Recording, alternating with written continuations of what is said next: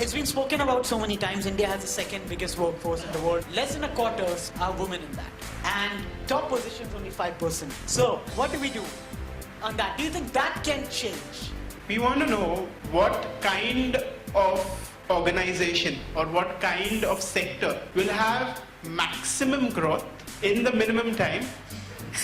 That's $1 million question you've asked, let me tell you that. A leader without respect of his own people, I think is no leader.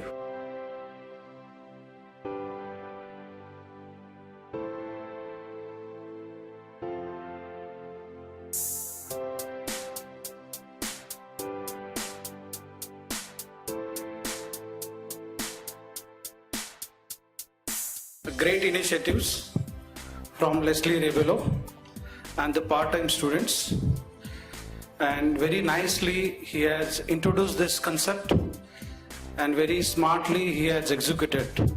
So all credit goes to Leslie Rebello and the team which has involved in executing this activity. Research plays a very important role, especially in management studies. So normally research which applies into the practice to solve various problems, may be pertaining to the operational level, may be pertaining to the strategic level, may be pertaining to the tactical level. The output plays a very important role to apply this and solve the business problem. So whenever the applied research takes place, which is nothing but it is a problem oriented, action oriented and decision oriented. And what I observed from so many days, these people have taken the right kind of topics which is there on the leadership and doing excellent job. They are collecting primary data, analyzing it, and the outcome which will get out of this will definitely they will apply into the practice, and it will directly indirectly help us to solve the business problem. I wish you all the best. Thank you very much.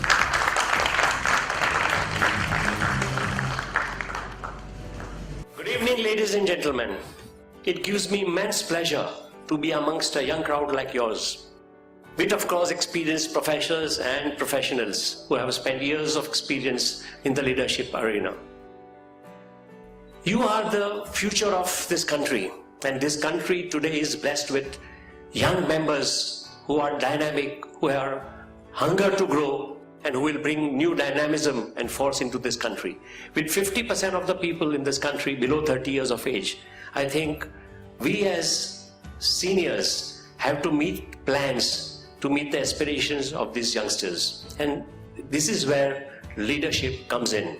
Talking about leadership, there are some three types of leaderships, as what I understand. One is an autocratic leadership.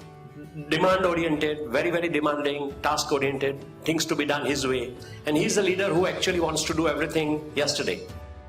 He can succeed, no doubt about it. But whether the organization can sustain the success over a long period of time becomes a question mark through this leadership. Then there is another leadership which is 180-degree opposite, abdicating type. Do whatever you want, don't come to me. If there is a problem, you have to face the problem, face the music. This leader takes all the credit for whatever good things happen through the work of people. And when something goes wrong, he goes into the blame game. I told you not to do this, you have done it, you have to be blamed, it's your funeral. And that's the end of that person's career. So that leadership also doesn't work beyond a certain limit. The third type of leadership is the empowering type, with full engagement and involvement. Being supportive leader to all the teams, encouraging participative type of management, working on strengths of people, and really getting involved to make sure that everybody in the team delivers.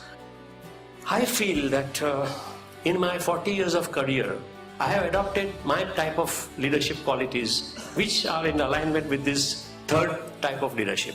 And I would like to talk about my experiences as I underwent all these principles of life, which in a way manifests into becoming a leader which is of the third type. Not a third rate, but a third type, which is participative type. Now, what are those attributes which makes a leader effective and participative as well? In the corporate arena, you'll have teams working under you. It's extremely important that the team should work under you with that open frame of mind, with full confidence in you as a leader, that you will be with them through thick and thin. If you use them up for your own ulterior motives and throw them aside when that ulterior motive is served, then I think you will lose out the mind share of these people, you will lose the respect of these people. And a leader without respect of his own people, I think is no leader. If you want somebody to follow a particular type of a value system or a principle, first you have to start with yourself. Charity begins at home, and so is some practice which you want to follow, others to follow. First you have to follow yourself. These are some of the aspects of leadership which I feel if you emulate, probably you will also succeed. Thank you and wish you all the best in your future life. Thank you. It's a pleasure to have you here and matter of pride to directly interact with you. You said that you need to create a culture wherein you allow people to make mistakes. Yes. But we live in an era where there is, everybody's talking about fast success. Everybody's talking about sectors in which you should pitch in should have least competition, top line, bottom line, and etc. etc. Please advise where is the room for making mistakes? Pursuing on a thought. If a person restricts himself because of fear of failure, because he wants to see, everybody wants to succeed. But if you make it a mandate that in my division or in my function, everybody has to succeed, failure is not tolerated. What is that feedback? People will have their buffer. People will not stretch. People will always not aspire. People will not aspire to do something which is unthinkable because of fear of failure. Or if I tell them, have no fear of failure, success is yours, failure is mine, don't worry. Then people will unshackle themselves. They will unshackle their minds. They will try to think about things that they have never thought or dreamt in the past. And they will stretch for more because they know that my boss is not going to punish me if I ever fail. When the child takes the first step and if the child falls down, do you slap the child?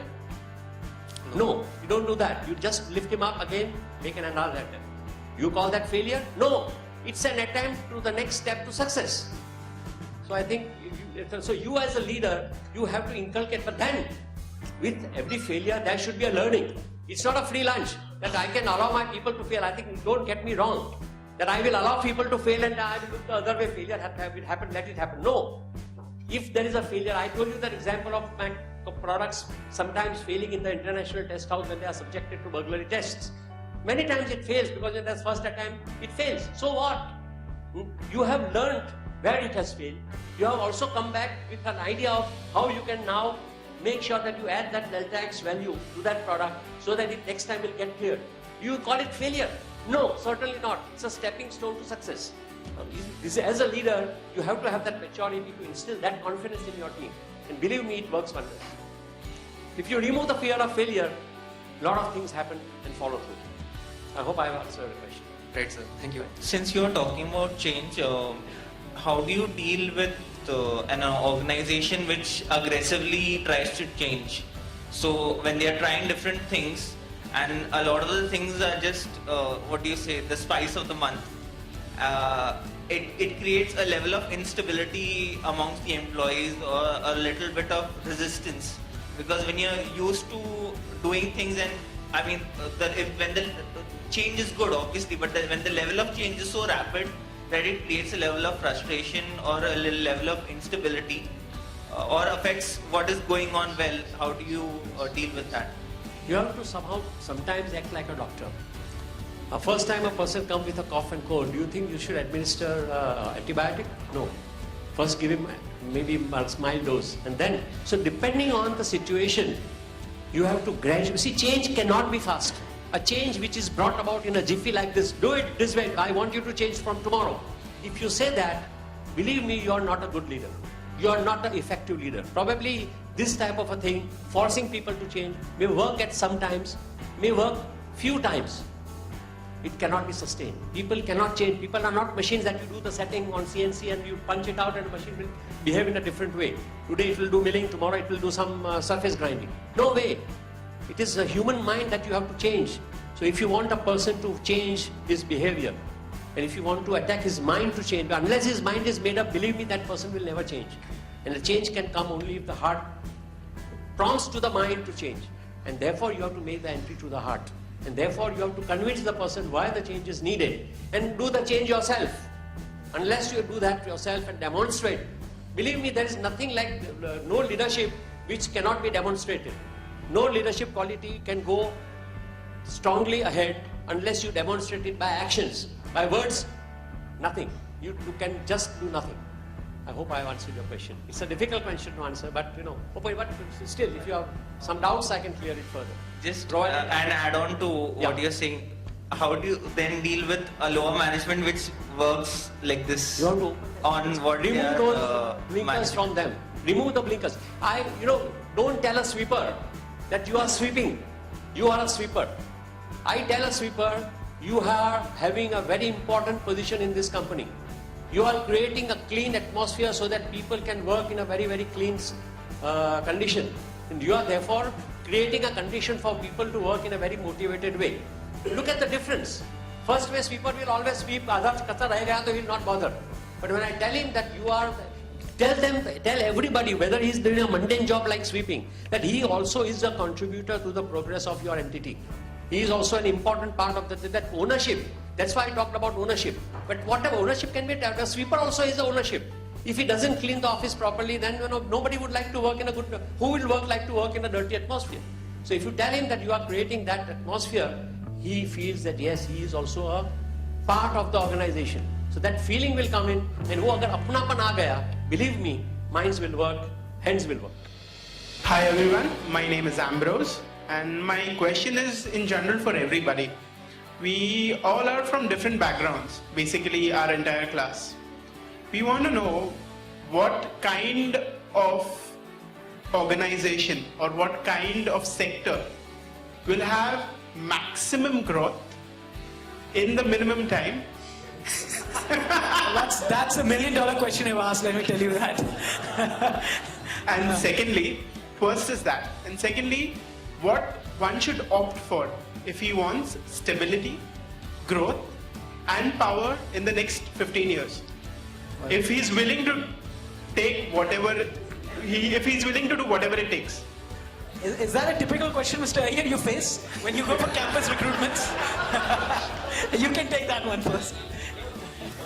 Ambrose, is this question on behalf of all the students? Actually, I'm the CR, so it's from everybody. Oh, so he's been pressurized to ask this one. So, Okay, I'll answer your easier question. That's the second one. What do you look forward for anything? I mean, the only advice that I give is, as MBAs, do not put money before all. Yeah, that's the only solution that I have. While taking any kind of an offer, do not put money before all. Yeah. While on the clap. While talk about your first question, every business goes through a cycle. So today you may think infrastructure, which actually has less number of attrition compared to IT and banking, and that's why they see that, okay, my manager has left, so I can now grow as a manager in 3 years' time. Okay, he's also left, okay, I can again go back there, So there are plenty of opportunities in those kind of a sector, where if you see a CV of an IT guy or a banking guy or a finance guy, financial sector guy, he has traveled the entire world. From ICICI to this, to that, to that, to that, to that. But in infrastructure, you won't find that kind of a stuff, because we are all in the projects. Haath bara kind of a stuff on the ground, and it's really difficult. So if you were to look at something today you may see that, okay, IT is booming, so let me join IT. But what happens if there's some change in government policy, or if something happens? Like we have seen .coms going bust, which was a lot of people left the companies and went into .coms and created hypes, a lot of made millions also. But then where are those nowadays? So do not get hung up on any particular thing. You see where is your strength, you see what will give meaning to you, where you can really add value, whether it's infrastructure, it's services, it's whatever discipline or field it is, you can make a difference. So go with that. Even if you join a startup company, you can really be one of those topmost ones in the days to come. So that's the only advice I can think of giving at this moment. We've talked about succession planning. In the course of our study, what I managed to find is there's a lot of delay in a lot of companies. Now, okay, you can talk about private companies, or you can talk about some semi-government companies where we came across profiles which were 30, 31 and nothing more than just a senior manager cadre. And again, you have some private companies where you have maybe 6 or 7 years of work ex and they're already in the top management or the middle management for that matter. So what would you attribute for this kind of disparity? I mean, this was typically observed in many of the government organizations. So do you say that there's a lack of proper leadership or direction in government structures vis-a-vis private entities? How does it work? So Kuppuswamy, you want to take that? Because he's pointing towards government company. There is nothing called a succession planning in government departments. It is driven by budget and by the minister. So thanks a lot for attending this panel discussion, and I would like to thank all the panelists for participating. Thank you so much.